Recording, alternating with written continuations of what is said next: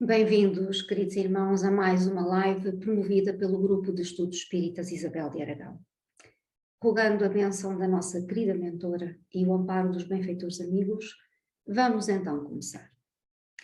Bom, continuando o nosso estudo do Evangelho segundo o Espiritismo, hoje vamos terminar o capítulo 11º, que, como vimos na live anterior, tem como título principal Amar o próximo como a si mesmo.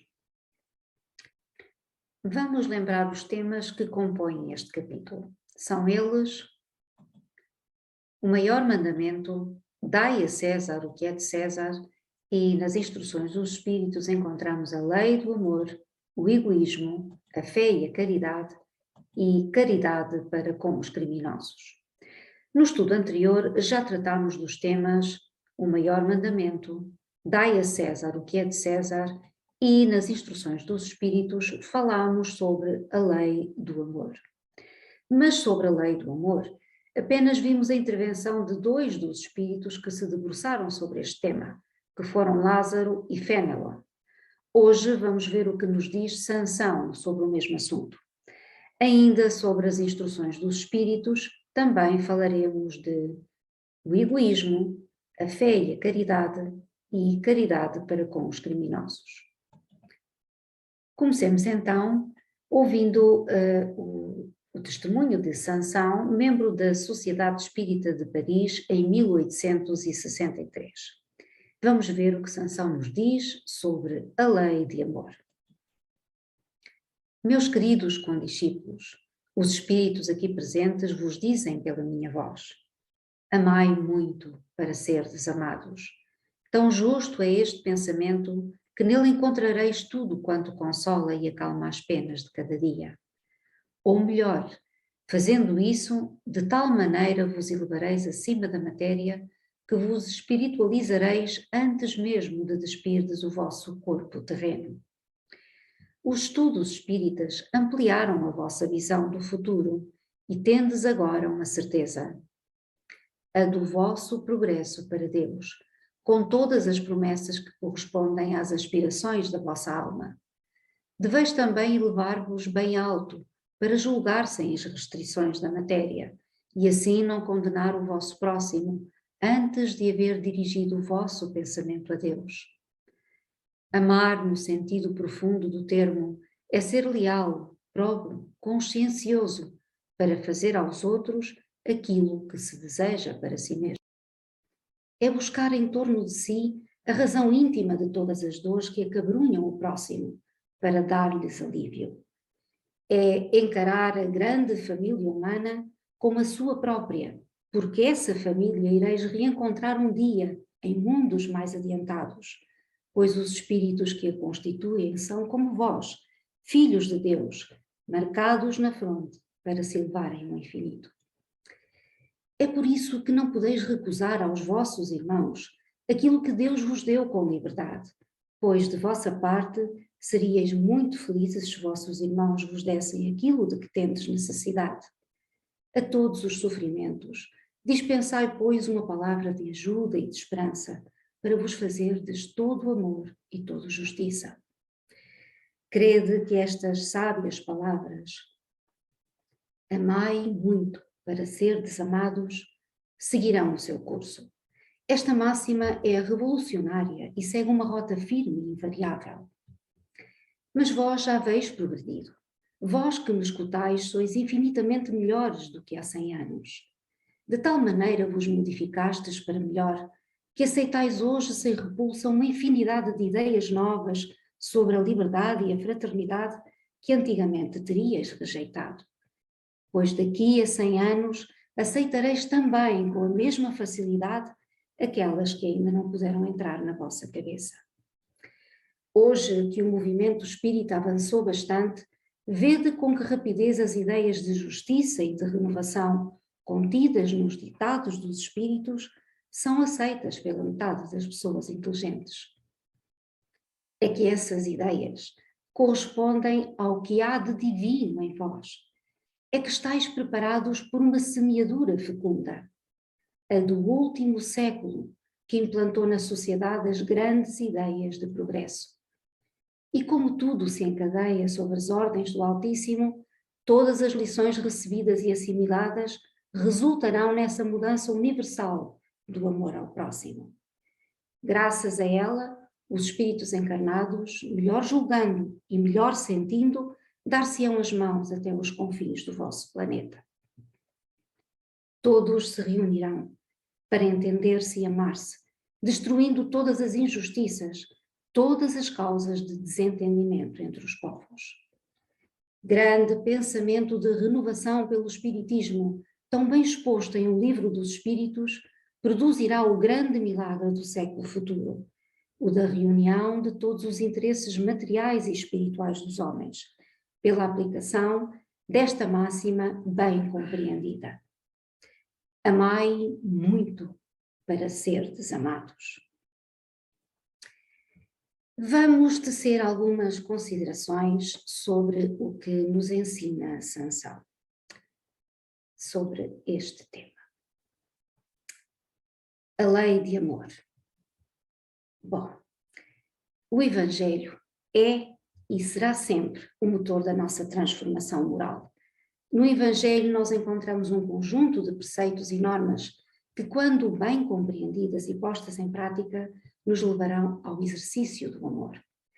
E precisamos repetir que é necessário bem compreender, bem interpretar os conceitos ali expressos, porque muitas vezes a humanidade se tem desviado desse verdadeiro caminho, por falsas interpretações das Escrituras. Precisamos lembrar que os judeus da época de Jesus também acreditavam estar cumprindo com a lei, defendendo preceitos e ideias que hoje nos parecem esdrúxulas. Mas tal como nos lembra Sansão, hoje a nossa capacidade de compreensão é bem diversa daquela que tínhamos há 2000 anos. E a doutrina dos espíritos, o espiritismo, tem um papel importantíssimo nessa nova capacidade de análise, que nos permite agora, mais facilmente, retirar o joio que tenta engolir o trigo bendito que nos ilumina. Diz ele que as grandes ideias do progresso foram plantadas na sociedade nos últimos séculos, permitindo-nos melhor compreender as luzes do Evangelho. Chegado será o dia em que as injustiças e todas as causas de desentendimento entre os povos darão lugar à união e ao entendimento, surgindo assim o amor que clareará o mundo. Porém, isso só ocorrerá quando colocada em prática a máxima amai muito para serdes amados. E esta máxima claramente nos incita à ação. Não podemos ficar na expectativa, pois precisamos ser nós a fazer com que as coisas aconteçam, em vez de ficarmos esperando que Deus faça tudo por nós. Enquanto os espíritas que somos, façamos que se cumpra hoje e sempre a lei de amor que iluminará nossas almas. E vamos continuar. Agora vamos falar sobre o egoísmo. E é Emmanuel, em Paris, 1861, que nos deixou esta mensagem. Emmanuel, como sabemos, viria a ser mais tarde o guia espiritual de Francisco Cândido Xavier. Emmanuel deixou-nos mais de 310 livros, obra fecunda, a qual cabe destacar os ensinamentos da doutrina espírita, os ensinamentos bíblicos na visão espírita, os romances, etc.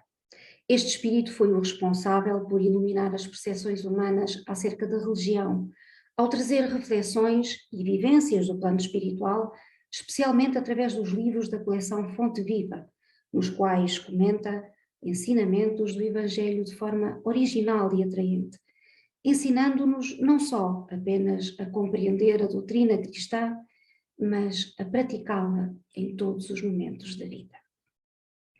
Vamos ouvir o que ele nos diz. O egoísmo, esta chaga da humanidade, deve desaparecer da Terra porque impede o seu progresso moral. É ao espiritismo que cabe a tarefa de fazê-lo elevar-se na hierarquia dos mundos. O egoísmo é, portanto, o alvo para o qual todos os verdadeiros crentes devem dirigir suas armas, suas forças e sua coragem. Digo coragem porque esta é a qualidade necessária mais para vencer a si mesmo do que para vencer aos outros. Que cada qual, portanto, dedique a sua atenção em combatê-lo em si próprio, pois esse monstro devorador de todas as inteligências, esse filho do orgulho, é a fonte de todas as misérias terrenas. Ele é a negação da caridade e, por isso mesmo, o maior obstáculo à felicidade dos homens. Jesus vos deu o exemplo da caridade e Pôncio Pilatos o do egoísmo, porque, enquanto o justo vai percorrer as santas estações do seu martírio, Pilatos lava as mãos dizendo: que me importa? Disse mesmo aos judeus: esse homem é justo, porque quereis crucificá-lo? E, no entanto, deixa que o levem ao suplício. É a esse antagonismo da caridade e do egoísmo, à invasão dessa lepra do coração humano, que o cristianismo deve não ter ainda cumprido toda a sua missão. E é a vós, novos apóstolos da fé, que os espíritos superiores esclarecem, que cabe a tarefa e o dever de extirpar esse mal, para dar ao cristianismo toda a sua força e limpar o caminho dos obstáculos que lhe entravam a marcha. Expulsai o egoísmo da terra, para que ela possa elevar-se na escala dos mundos, pois já é tempo da humanidade vestir a sua toga viril, e para isso é necessário primeiro expulsá-lo do vosso coração. E sobre o egoísmo também, temos agora o testemunho de Pascal, em Sens, 1862. Blaise Pascal foi um matemático, escritor, físico, inventor, filósofo e teólogo católico francês. Nasceu a 19 de junho de 1623 e desencarnou a 19 de agosto de 1662 em Paris. E nos diz: se os homens se amassem reciprocamente, a caridade seria melhor praticada. Mas para isso seria necessário que vos esforçasseis no sentido de livrar o vosso coração dessa couraça que o envolve, a fim de torná-lo mais sensível ao sofrimento do próximo. O Cristo nunca se esquivava. Aqueles que o procuravam, fossem quem fossem, não eram repelidos. A mulher adúltera, o criminoso, eram socorridos por ele, que jamais temeu prejudicar a sua própria reputação. Quando, pois, o tomareis por modelo de todas as vossas ações? Se a caridade reinasse na terra, o mal não dominaria, mas se apagaria envergonhado. Ele se esconderia, porque em toda a parte se sentiria deslocado. Então, o mal desapareceria. Compenetrai-vos bem disso. Começai por dar o exemplo vós mesmos. Sede caridosos para com todos, indistintamente. Esforçai-vos para não atentar no que vos olham com desdém. Deixai a Deus cuidar de toda a justiça, pois cada dia no seu reino ele separa o joio do trigo. O egoísmo é a negação da caridade. Ora, sem a caridade não há tranquilidade na vida social e digo mais, não há segurança. Com o egoísmo e o orgulho, que andam de mãos dadas, essa vida será sempre uma corrida favorável ao mais esperto, uma luta de interesses em que as mais santas afeições são calcadas aos pés, em que nem mesmo os sagrados laços de família são respeitados. E agora, sobre o tema a fé e a caridade. É um espírito protetor que em Cracóvia, em 1861, nos deixou esta mensagem. Eu vos disse recentemente, meus queridos filhos, que a caridade sem a fé não seria suficiente para manter entre os homens uma ordem social capaz de fazê-los felizes. Devia ter dito que a caridade é impossível sem a fé.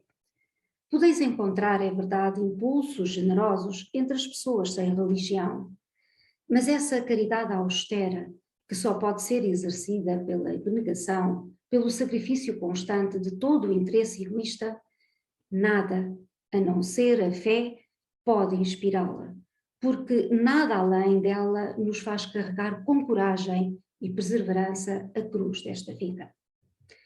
Sim, meus filhos, é inútil querer o homem ávido de prazeres iludir-se quanto ao seu destino terreno, pretendendo que lhe seja permitido ocupar-se apenas da sua felicidade.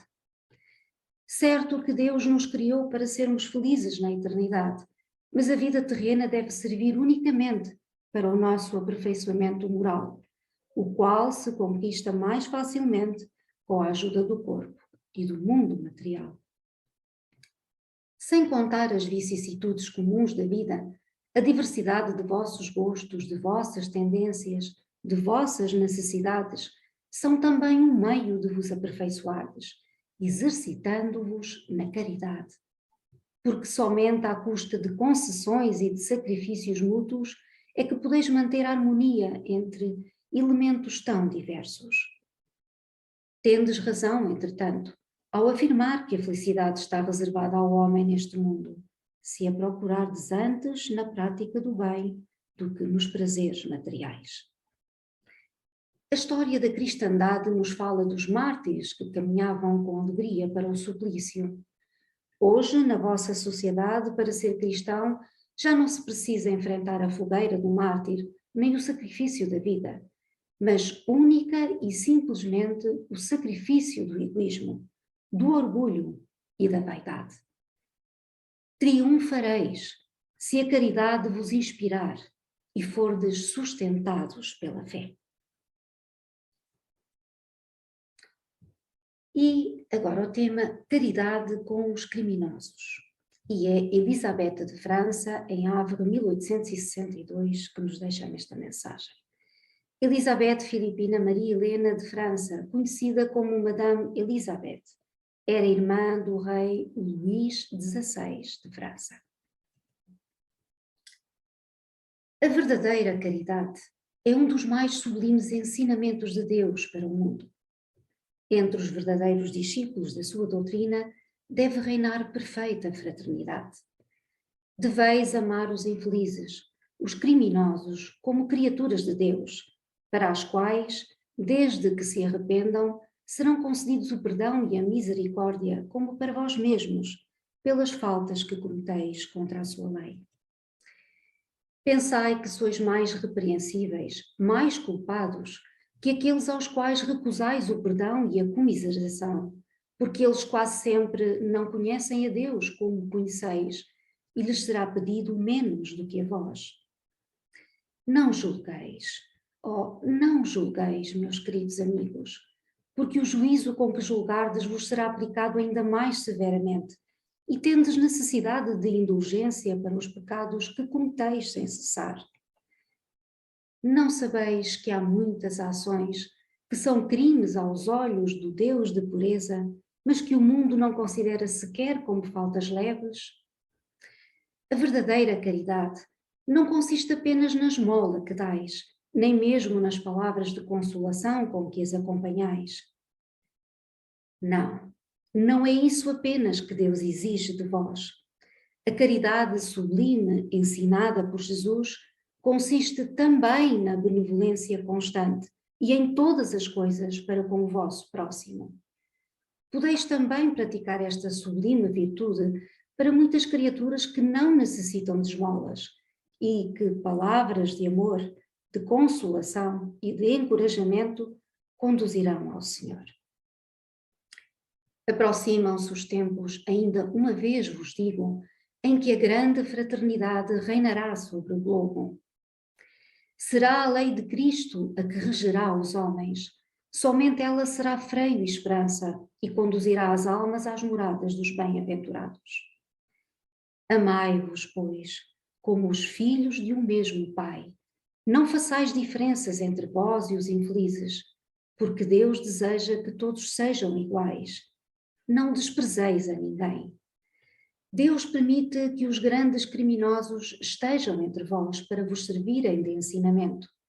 Brevemente, quando os homens forem levados à prática das verdadeiras leis de Deus, esses ensinamentos não serão mais necessários e todos os espíritos impuros serão dispersados pelos mundos inferiores, de acordo com as suas tendências. Deveis a esses de que vos falo o socorro de vossas preces. Eis a verdadeira caridade. Não deveis dizer de um criminoso: é um miserável, deve ser extirpado da terra. A morte que se lhe inflige é muito branda para uma criatura dessa espécie. Não, não é assim que deveis falar. Pensai no vosso modelo, que é Jesus. Que diria ele se visse esse infeliz ao seu lado? Havia de lastimá-lo, considerá-lo como um doente muito necessitado, e lhe estenderia a mão. Não podeis, na verdade, fazer o mesmo, mas pelo menos podeis orar por ele, dar-lhe assistência espiritual durante os instantes que ainda deve permanecer na terra. O arrependimento pode tocar-lhe o coração se orardes com fé. É vosso próximo, como o melhor dentre os homens.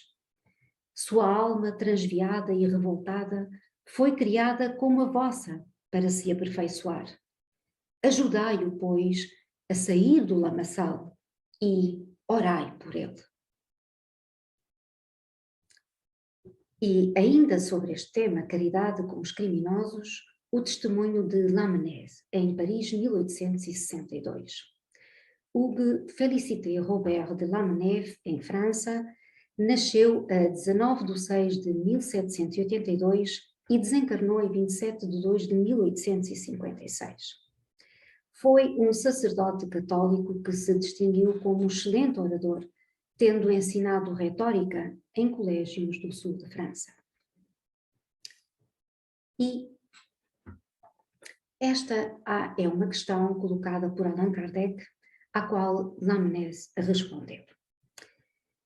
Um homem está em perigo de morte. Para salvá-lo, deve-se expor a própria vida. Mas sabe-se que é um malvado e que, se escapar, poderá cometer novos crimes. Deve-se, apesar disso, arriscar-se para o salvar? E Lamennais responde: esta é uma questão bastante grave e que pode naturalmente apresentar-se ao espírito. Responderei segundo o meu adiantamento moral, desde que se trata de saber se devemos expor a vida mesmo por um malfeitor. A abnegação é cega, socorre-se a um inimigo, deve-se socorrer também a um inimigo da sociedade, numa palavra, a um malfeitor. Credes que é somente à morte que se vai arrebatar esse desgraçado? É talvez a toda a sua vida passada. Porque pensai nisso, nesses rápidos instantes que lhe arrebatam os últimos momentos da vida, o homem perdido se volta para a sua vida passada, ou melhor, ela se ergue diante dele. A morte talvez chegue muito cedo para ele. A reencarnação poderá ser terrível. Lançai-vos, pois, homens, vós que a ciência espírita esclareceu, lançai-vos, arrancai-o ao perigo. E então, esse homem que teria morrido injuriando-vos, talvez se atire nos vossos braços.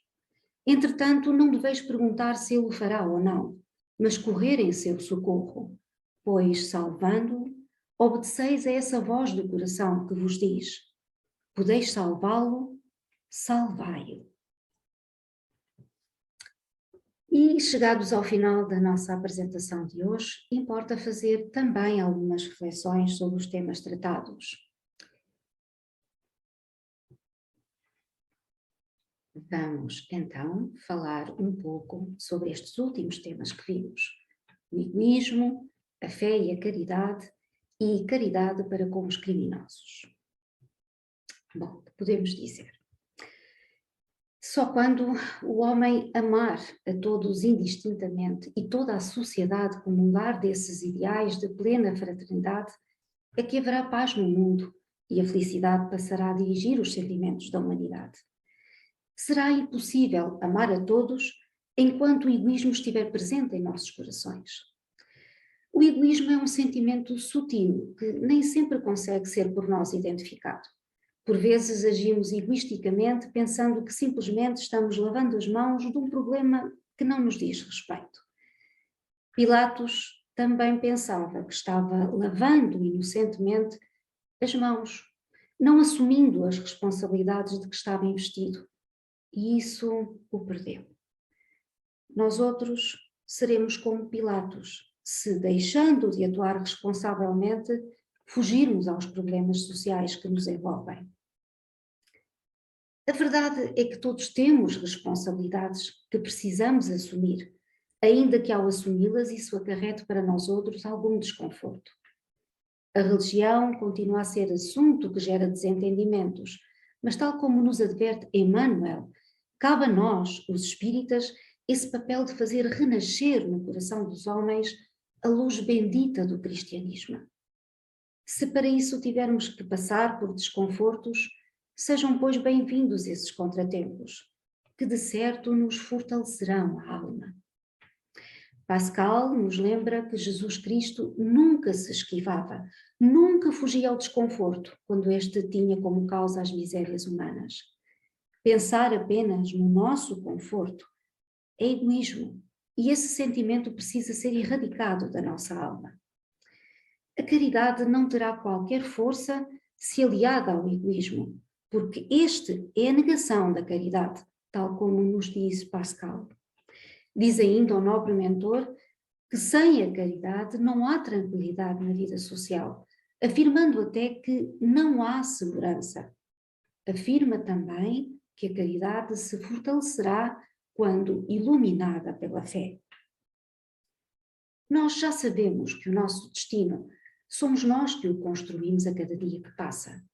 Porém, sendo a nossa fé fundamentada no conhecimento e sabendo como sabemos que as ajudas estão chegando continuamente, que Deus vela por todos nós, temos clara consciência que sem a sua ajuda pouco conseguiríamos construir. Então, cumpre-nos retribuir, praticando a caridade. Precisamos aproveitar a diversidade das vicissitudes da vida que nos permitem, através da caridade, casada com a fé, produzir o milagre da nossa renovação íntima. Lembremos-nos de que a caridade, na sua mais alta expressão, é aquela que se preocupa com a felicidade do próximo, tanto quanto com a nossa própria felicidade. Eu serei caridosa quando sentir prazer com a felicidade dos outros. Assim, cabe perguntar ao próximo: és feliz? Sim? Mas que ótimo! E eu contribuo em algo para que isso acontecesse? Ora bem, isso não será o mais importante, pois o que realmente importa é que sejas feliz, porque isso me dá prazer. A tua felicidade me dá prazer. Quando cada um de nós tivermos esse tipo de postura, esse tipo de sentimentos pela felicidade alheia, a humanidade estará a caminho de cumprir a verdadeira lei de amor. Ponhamos continuamente em prática a caridade, usando de benevolência constante para com todos, indulgência sem limites para com os erros alheios e perdão nascido do coração para com os que nos ofenderam ou prejudicaram. Deus quer que todos nos amemos e não podemos amar-nos enquanto existirem ressentimentos obscurecendo nossos corações. Todos somos seus filhos. Se de momento já não somos criminosos, nada nos garante que não tenhamos sido já noutras encarnações. E se hoje já nos encontramos no patamar em que estamos, é porque de certo também já fomos perdoados muitas vezes. Já usaram de muita indulgência para conosco, a começar por Deus, nosso Pai. Deixemos a Deus o cuidado de encaminhar os criminosos, pois que Ele tem os meios adequados para redimi-los. Quanto a nós, em vez de criticá-los ou querer puni-los, enderecemos nossas orações de compaixão e amor, lembrando sempre que eles são nossos irmãos a necessitar que alguém lhes dê a mão. Será na constante entreajuda, material e espiritual, que o homem há de encontrar os meios que permitirão criar uma sociedade mais justa e ao mesmo tempo mais segura, onde cada um não terá que temer o outro, mas antes verá neste um irmão. Um irmão.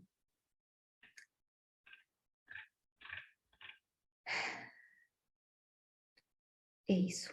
Por isso, precisamos dar graças a Jesus e a Deus, nosso Pai, por nesta encarnação termos tido a oportunidade de conhecer esta doutrina de amor que nos esclarece, criando condições que nos permitirão construir a nossa felicidade e contribuir para a felicidade de nossos irmãos.